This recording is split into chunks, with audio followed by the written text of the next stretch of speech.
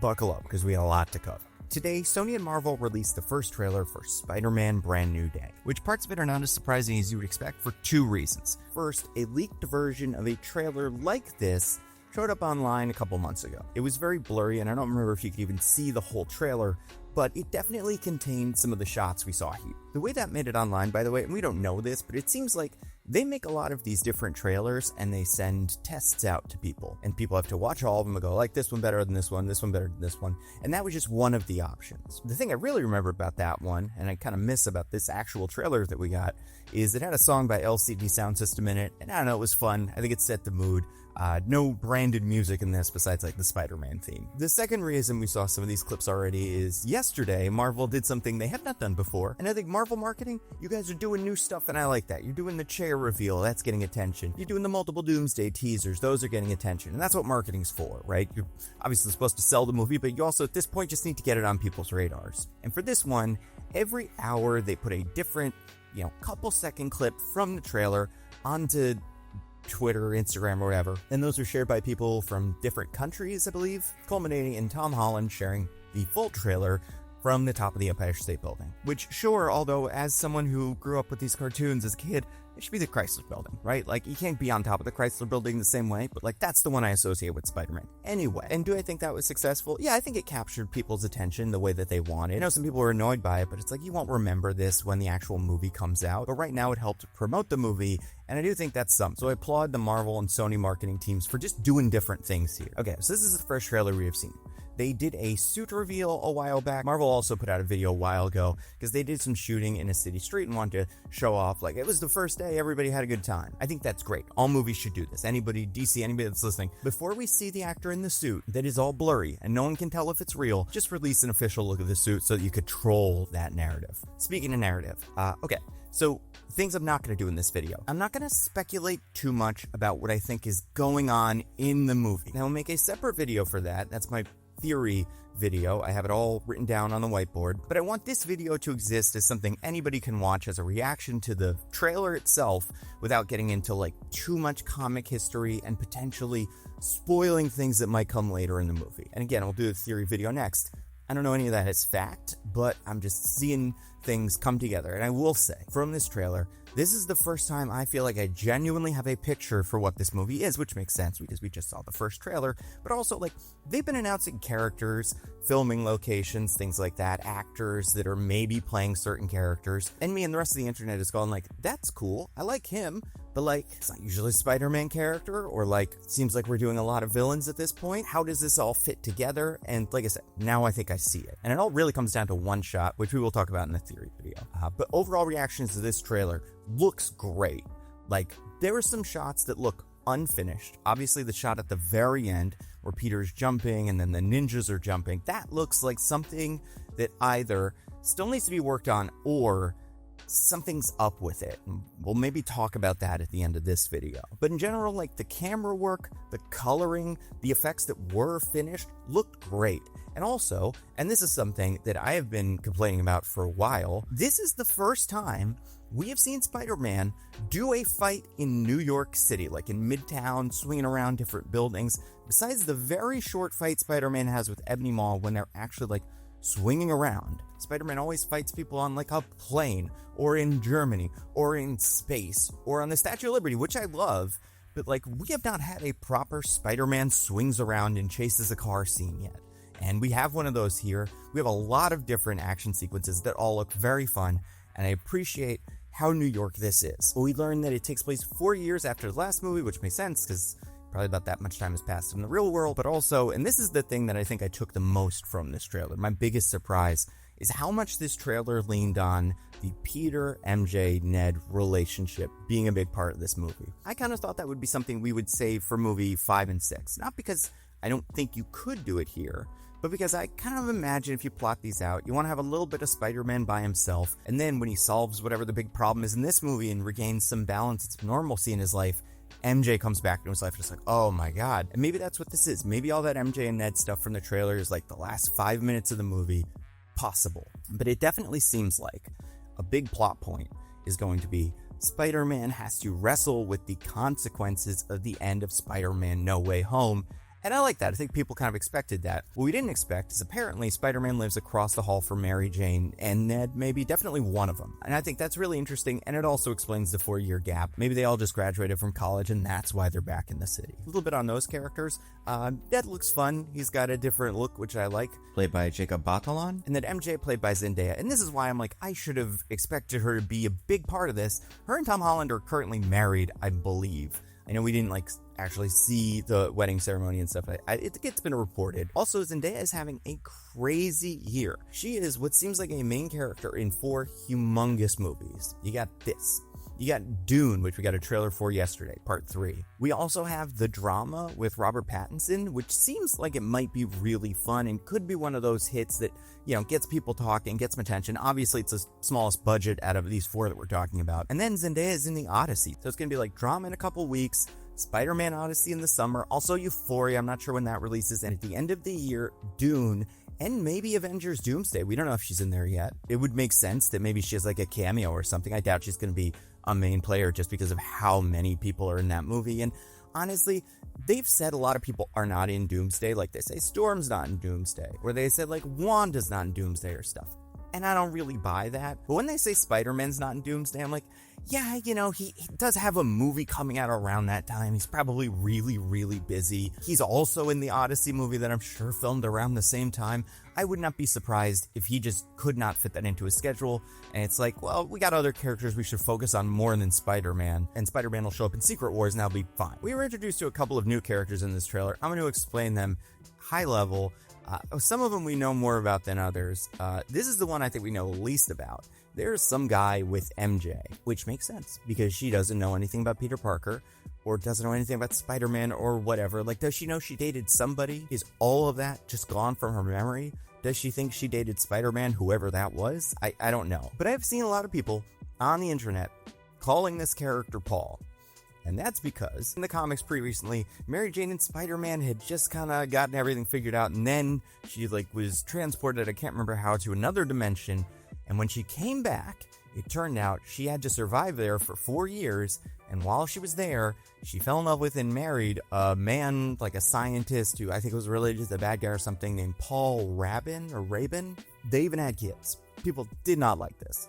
Partially because this character was kind of annoying, and also, Spider-Man was in a good place with Mary Jane. And a lot of the time, Spider-Man fans get worried because it's like, oh, what's going to happen? Are they going to have Mephisto take away Spider-Man's marriage? Is there going to be some other universe reset thing? Because, in the comics, they both want Mary Jane to be a part of the story, but also, it seems like, want Spider-Man to be either single or dating Mary Jane, not causing problems. I think what people really liked about Ultimate Spider-Man recently was that it presented a more mature Peter who has a relationship with Mary Jane and has kids, but also can be Spider-Man, because it's like, oh, finally, we're doing that. What's that like? So people didn't like Paul for that reason. Also, he had a kind of dopey look. For me, when you get a look at him, really felt like they created this character to be disliked. I don't know if that was always the plan. And a lot of people have been saying, oh my god, they put Paul into these movies. I don't think that's who this is. Only because Spider-Man Brand New Day was a comic that existed. It was like a run that happened right after Spider-Man had to give his marriage to Mephisto to save Aunt May's life. And it was this little reset on Spider-Man as an idea. So he was single, and it turned out Mary Jane was dating somebody, and his name was Bobby. He was a movie star. It didn't last very long, but that character existed. I would say this one, played by Iman Esfandi, who people probably recognize mostly from Ahsoka, where they played Ezra Bridger. I would say he feels a little bit more like Bobby, specifically because, also not Bobby Drake, even though maybe there's some connection there, who knows, but completely different character. But yeah, I would say he resembles Bobby more because A, he doesn't have the Paul look. Paul does have a look. Then B, he looks kind of conventionally attractive. He's there to not only be she's dating somebody, but it's like, oh, and he's a hunk. Damn. I don't want to say that's exactly what this actor is. That's what Bobby was. Now, do I think that relationship will stick around for a while? Probably not. I imagine she's going to break up with him at the end of this movie. You know what? I don't know. There's nothing to speculate on because it's not that important. I don't know. I think it's kind of funny that they did this with her. Also, part of me is I just don't think it's Paul, because getting an actor to play Paul would be kind of tough. I'm sure you could do it. It's a Spider-Man movie and you have money. But as an actor, I don't know if I'd want to be the Paul.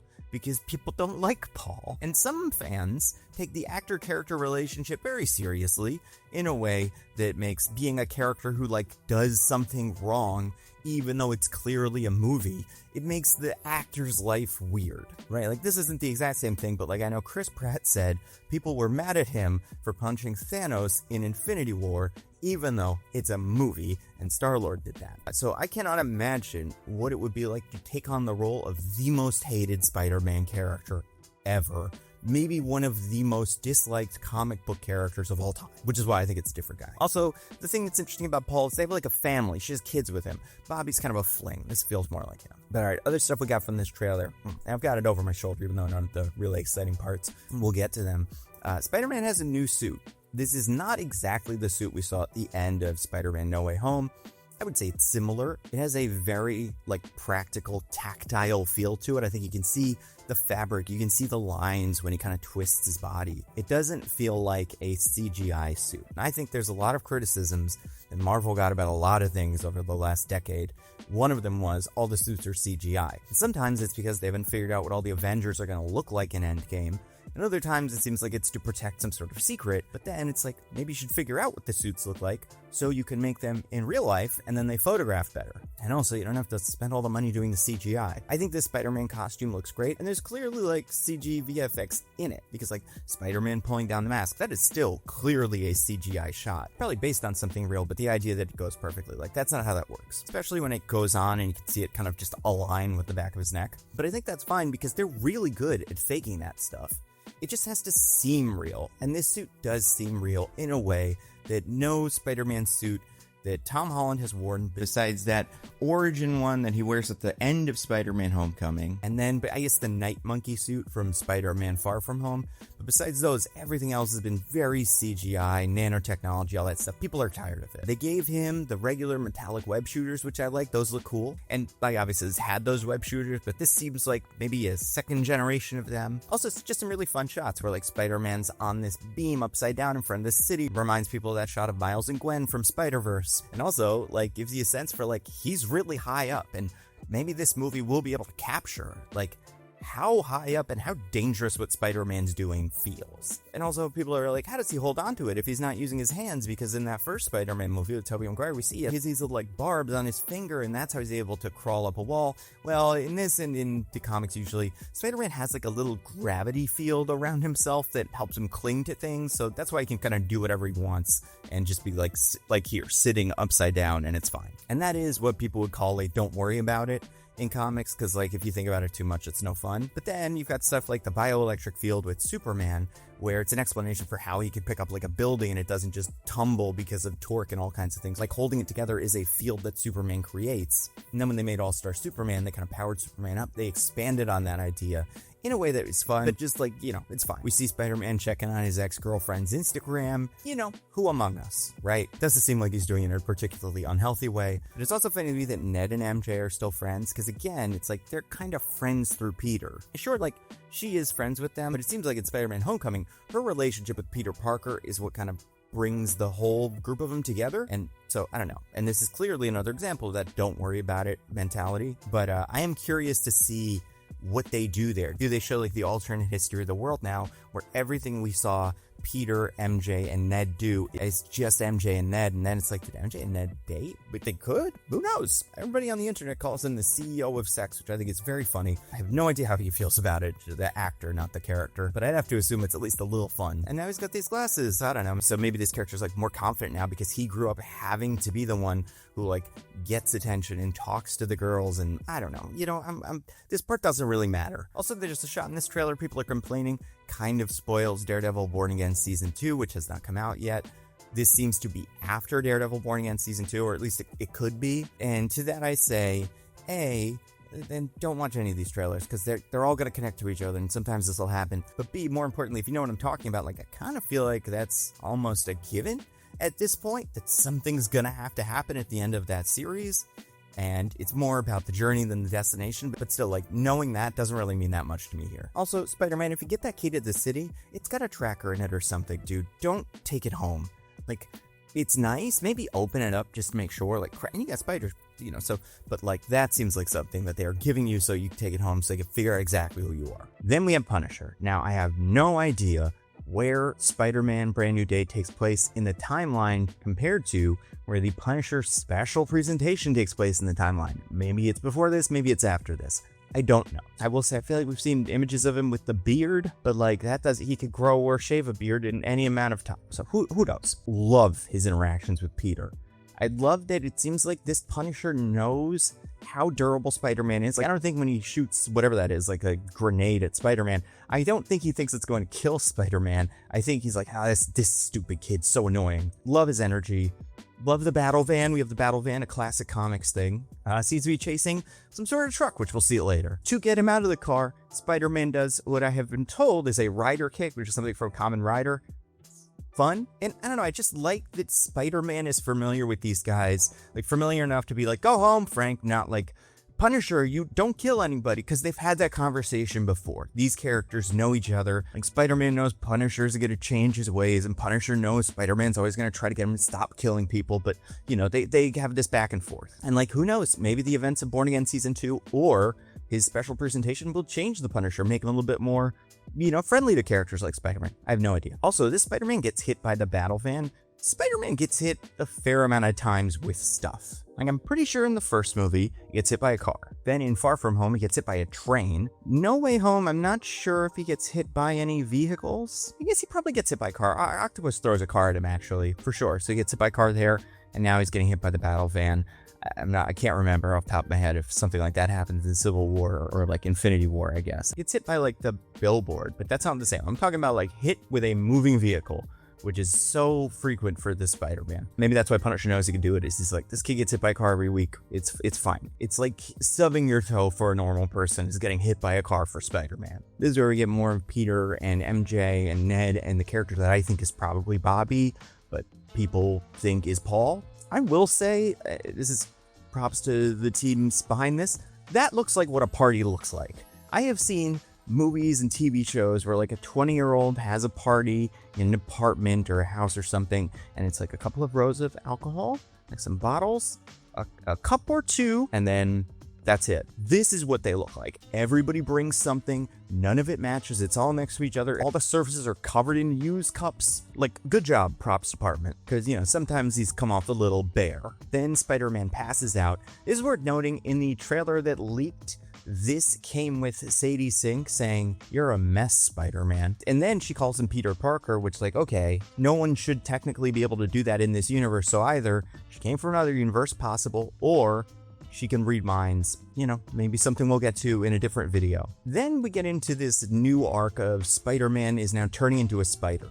So this is reminiscent of a comic that apparently is getting a reprinting ahead of this. The Other, which is the one where Spider-Man kind of mutates more, and, people have different opinions about it. It's definitely not my favorite one. The other comic that they're apparently reprinting is one of my favorite Spider-Man comics. I think I have it here somewhere, but it's Superior Foes of Spider-Man, which was kind of the basis for my Spider-Man 4 pitch, because I just think that group is so fun. And the idea of like D-listers trying to become something more, I think would be perfect for the MCU at this point. It's because you don't have Avengers, so the villains can kind of experiment a little bit. As we see Peter without his shirt on, looks great. Way to go, Tom Holland.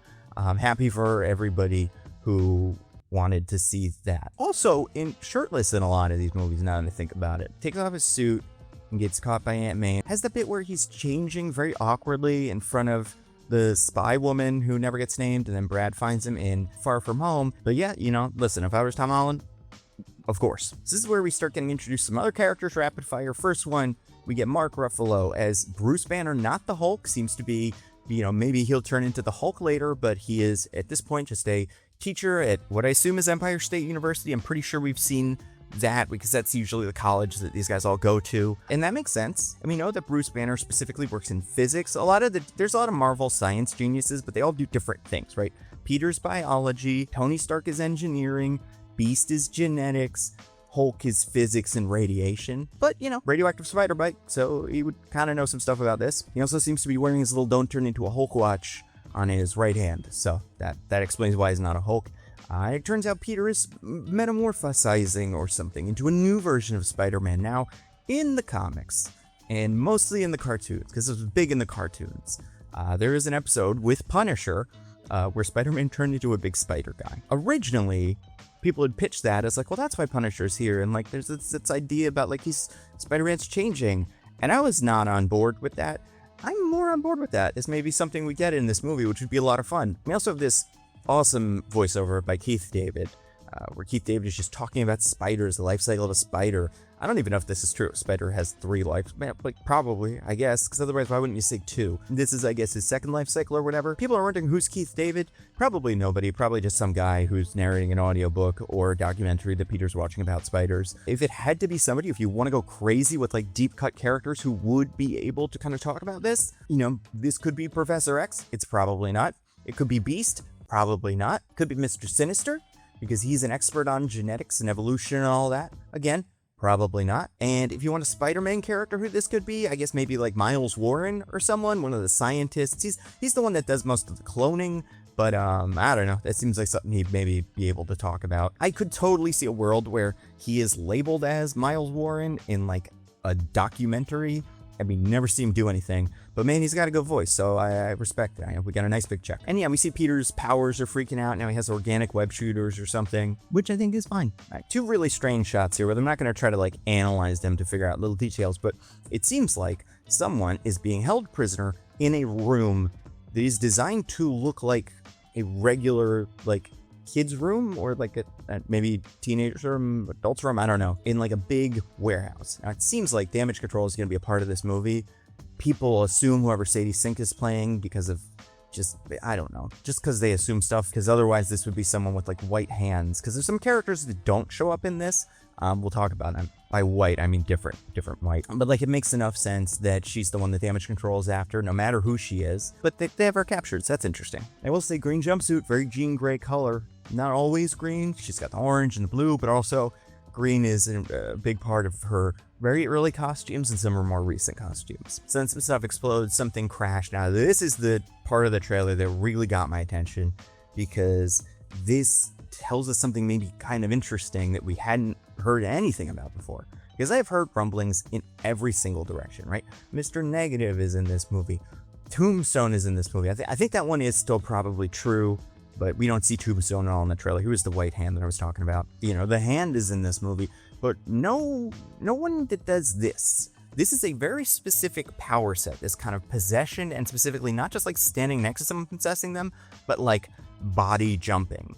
There are a handful of characters that do that in Marvel Comics. Ogun can do that. There's a mutant called Hitchhiker who can do that. DC Comics, obviously, is Jericho. He's like the main guy for that. Karma, the X-Men New Mutant, she can take over your mind, but to do that, she doesn't have to like jump into it.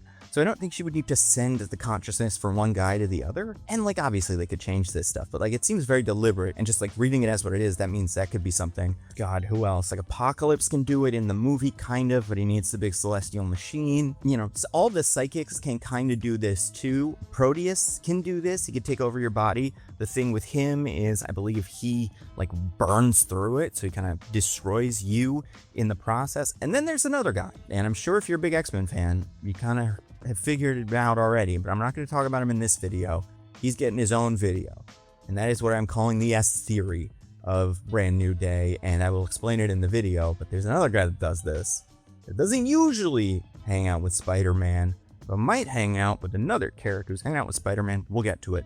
But I do think this was the part of the trailer that was the most surprising for me. We get the first look at Tremel Tillman playing a character named Bill, and we know this because of the captions or something. People assume, and this would work with Bill, that he's William Metzger, a character who is in 6 X-Men comics, and not even mainline continuity X-Men comics. Like, there was a series called, I think it's X-Men Children of the Atom, where they kind of reimagined the X-Men's origin, and they created this other character who's kind of like William Stryker. He's like an evil television personality and like online personality that leads a violent militia against the mutants. Here he seems to work for damage control, which, sure. This seems like one of those, open up a book and find me a name that we're not going to use for something else so we can use it for him. Kind of the same way that like Mobius is Mobius, even though that character is a character that exists in the book, but it doesn't really have that many similarities to the one we meet in Loki, but it's just like a name that works there. I will say, the line that he has here, very chopped up. almost as if they're hiding something. And it sounds like he says, like, there's something we're after. We are fighting an enemy we can't even see. But maybe that, like, object of that sentence, I believe, that is the part that looks like it's taken out. So maybe it's a mutant we can't see, or maybe it's a demon, or maybe it's an entity we can't see. Who knows? But that's cool. I like Tramel Tillman, and I think he has a good sinister energy. Not that I think he's Mr. Sinister, although he'd be a good Mr. Sinister. And then we get a bunch of fights. So there's 3 villains we see fight Spider-Man, if you don't count Punisher. It is Scorpion, first of all. What is this? 10 years after he's introduced in Spider-Man Homecoming. Michael Mando, Mac Gargan is the name of the character. He's gonna get a whole Scorpion suit, which is good for him because, as we know, this character has a big scorpion tattoo on his neck that he's had for a while. So this is just his thing. I think the Scorpion suit looks really cool. I think I said this in a previous video, but like, Your Friendly Neighborhood Spider-Man also does a very good Scorpion, and it's different. But like, I think that's the bar we're going to measure him against. And I like it. I think this looks great. We see Spider-Man fighting 2 other villains in this. One is Boomerang, the other is Tarantula. So these are guys that don't matter. Boomerang is what you'd expect. I believe he was a pitcher who decided to use boomerangs for crime. Tarantula, I think, is a mercenary. And really the only interesting thing about him is that his foot has like spikes on it. And obviously both of these shots are recreations of the comic covers with these characters. Love this. Love the recreation of the Amazing Fantasy cover that everyone's seen a million times. These look great. They got like even down to the cops that are pointing their guns at Spider-Man and Tarantula. Like they're in the shot too because they're in the cover. I want to talk about one little Easter egg that people have been talking about a lot. Spider-Man hits a bus and bumps into kind of a person on their phone or listening to music or something, so distracted. This is a classic gag for things like this. But people have brought up the fact that she has a pretty specific haircut, right? It's brown in the back and a little bit of white in the front. I would say more than Rogue usually has. And she's wearing a green and white shirt. Now, it's a Jets shirt because that is a team in New York City that has shirts of them. But Rogue also has a lot of green and white costumes. And if you're like, does she? Yes. If you only know her from X-Men 97 in the movies, most of her costumes, besides the one with the bomber jacket, are green and white. So that is a look. Now, do I think this is Rogue? Absolutely not. But I definitely don't think that was an accident. And like, I don't know, maybe I think this is more of an X-Men movie than we have been led to believe. Perhaps. Also, poor Rogue, if this is Rogue, because she's from Mississippi, I believe, somewhere in the South. And for some reason, she is a Jets fan. Like, who migrates to New York and goes, I like the Jets? You're born into the Jets? That's fine. You have no, what are you going to do? My whole family is Jets. But if you're from an area that has football teams, like a wonderful one like the New Orleans Saints, and you get to New York and you're like, no, I like what these guys are doing, especially now. Well, although I guess, I don't know how they were affected by the snap. Maybe there was some sort of weird draft thing in this universe. The Jets are the best one. I don't know. The Mets aren't playing baseball in Avengers Endgame, apparently. So I can't imagine the Jets are playing football. Anyway, then it is ninja time. Now, Spider-Man is going up against what is 100% has to be the Hand. I made a video recently about some villain groups that I think Marvel has messed up. AIM is one of them. I think they more or less got Hydra right. But then the third, pillar of that usually is the Hand. They're a ninja clan that both has its own beliefs and has like storylines about them, but also people can hire them to do stuff. So they show up as like minions in stories. Seems like that's what's going on here. Last we checked on the Hand, they were buried under a big building in Daredevil. Good to see them back. These guys look cool. By the way, I guess I haven't even mentioned this. Destin Daniel Cretton is the director of this movie. So maybe we're going to get a little fun action, kind of like that wuxia-inspired bit from the beginning of Shang-Chi. I could see that here. Love to see the Hand. Very excited about the Hand. And then we make a little joke about Friendly Neighborhood Spider-Man. Also, it seems like Spider-Man is MJ's neighbor now, which is how that relationship has worked in the past, but not that way. But now they like live next to each other in apartments. So it's like, oh, that's a cute way to get there. Even though like in the movie, she was like the girl next door. She lived in the house next door to him. Also, real quick, I just noticed some of the ninjas have like stun baseball bats or something. I don't know why, but that's interesting, I guess. I guess that's something you can hit Spider-Man with that's not a sword. So this whole fight isn't him just not getting hit by swords. But okay, so much has been said about this shot, which is the final big action shot of the movie. I'm confused by it because I think it looks less good than the rest of them. But again, we're early. There's time to polish these, visual effects. However, something about it looks a little weird. And then also worth mentioning, we're maybe doing the thing we did in Spider-Man No Way Home, where the composition of the shot is kind of awkward. And some of the ninjas are looking at Spider-Man, but some of the ninjas appear to be looking at something else that is not in the scene, the same way that the lizard was getting kicked by nothing in the Spider-Man No Way Home trailer. Honestly, I think they could be messing with us because like everybody saw that. Everybody knows how online the Spider-Man fans are. I would not be surprised if this fight scene takes place in a different location, completely different, and maybe like the jail, like the fight from earlier, because it's around the same number of guys. I think there's maybe a couple more in the first shot, but I don't know, because I think overall this movie looks pretty good. Colors are pretty vibrant. You know, I know people say the shallow depth of field thing they don't love. I understand that, but I think if you compare this to shots in No Way Home that were clearly facilitated by people like not being on the same set together, and in that case was probably because of the pandemic, but here it looks like a movie, a good movie, one that they seem to shoot practically. And you know, I don't really have too much else to say about it besides my S theory, which we will get to, and it's a stupid theory, but that's not what the S stands for. I think this trailer did everything it was supposed to do. The little videos they were putting out the other day got people talking. I think it set a cool tone. I don't know any Spider-Man fans who saw this and were like, this looks worse than all the rest of them. I think the general opinion I've seen from people is that this is a better looking Spider-Man than the others, and because sure, it's connected to the MCU, but not in the same way where it's like, oh, he's with Iron Man because Iron Man's popular. It's just like he's with Punisher because he's doing street level New York stuff and Punisher just street level New York stuff. You know, I think the trailer gave us a little bit more when it comes to whatever Sadie Sink's doing, which I'll talk about later. Overall, I'm very optimistic. But you know, this is Marvel and Sony, and because it's Marvel, it's Disney, and you know, Disney has flopped before. It reminds me of a video I was watching recently called Let's Compare and Contrast Disney's Flop Eras. It's by Lindsay, who makes some of the best videos, and it's about the different eras of Disney that the studio went through. Some of them being, you know, iconic and everybody loves them, but looking back and going like, at the time, were they psyched about this? Or like, was this maybe troubling for them? Or like, maybe do we kind of think about this one differently? And then looking at some of the eras that we think about as like everything was going pretty poorly there, and then going like, was that as bad as it seems like now? Or is that just because it's being compared to other stuff? And I will say, you can watch that video along with tons of other videos and shows early and ad-free on this video's sponsor,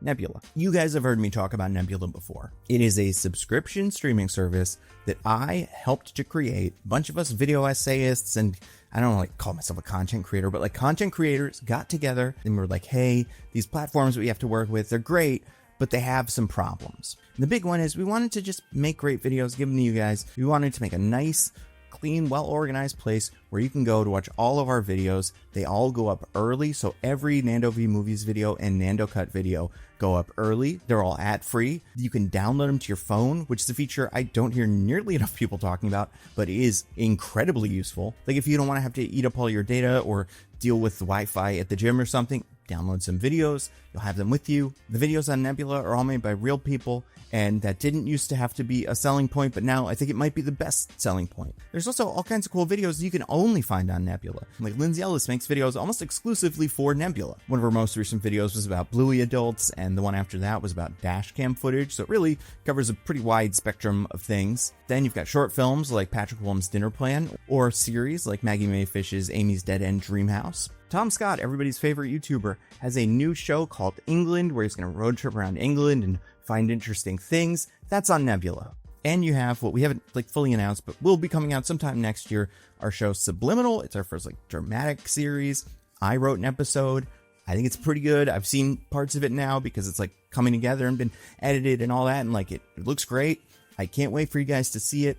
If you want to support us, give us more opportunities to do cool stuff like that, and you want to see our videos early, ad-free, download them and see other creators on Nebula, because all of your favorite creators and your next few favorite creators are on Nebula right now. Like there's something for everybody. And a yearly subscription to Nebula is $60 for a whole year. That is $5 a month. But if you go to go.nebula.tv/thenandocut, or the link in the description, or you use the QR code, you can get a year of Nebula for just $30. That is $2.50 a month. It is an incredible deal. Again, that is go.nebula.tv/thenandocut.